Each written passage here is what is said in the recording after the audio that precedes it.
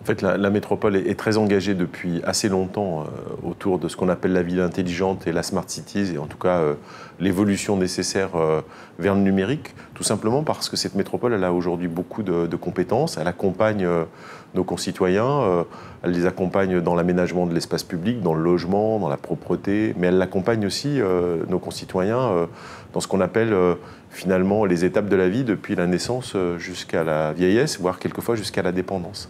Et on sent bien que tout cela est en train de s'accélérer à travers le numérique et qu'on ne peut pas se désintéresser de la ville intelligente. On passerait à côté de formidables opportunités pour faire finalement quelque chose d'assez simple. En tout cas, l'objectif est assez simple. Les moyens sont quelquefois plus compliqués. C'est de se dire comment on fait en sorte que cette métropole soit plus facile à vivre pour nos concitoyens.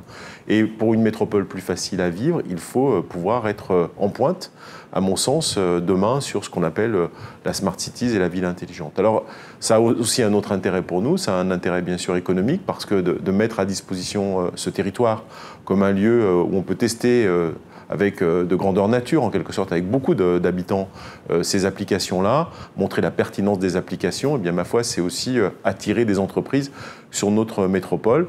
L'enjeu, c'est bien sûr que cette ville intelligente, elle profite à l'ensemble de nos concitoyens. Donc ça demande aussi de faire de nos concitoyens des citoyens actifs en matière de numérique par la formation, par l'information.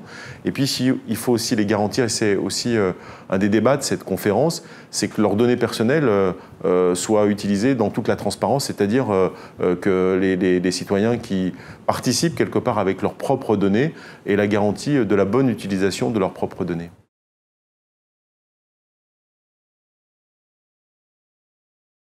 C'est important parce que si on veut être à la pointe, si on veut faire en sorte qu'on soit les premiers quelque part à être dans différents dispositifs, dans différentes applications pour dire à nos concitoyens il faut aller vers finalement cette transition numérique absolument nécessaire.